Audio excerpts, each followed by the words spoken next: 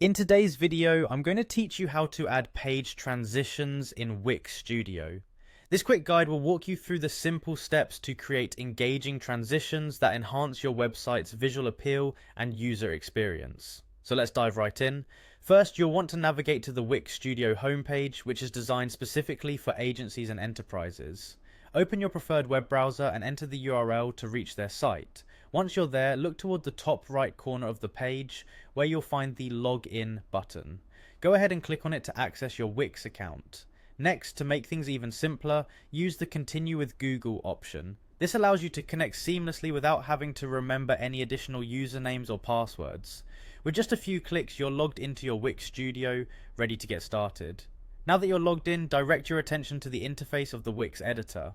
You'll notice a range of options available for customizing your site design, but for today let's focus on enhancing navigation with stylish transitions. To do this, look for the site style icon. It might be represented by a little paint palette icon. Click on it to open up various style options. Within the site style menu, find the page transitions option. Selecting this will bring up several transition styles that you can apply to your web pages. Adding transitions isn't just about aesthetics, it's also about improving the flow from one page to another, making your site more dynamic and engaging for visitors. Wix Studio offers different transition effects, but a popular choice is the out-in transition. Go ahead and select out-in from the list. This effect creates a smooth movement where the current page fades out as the new page fades in. It's a subtle yet professional touch that can significantly enhance your site's overall feel. And there you have it. With these few straightforward steps, you've added an engaging page transition to your Wix Studio website.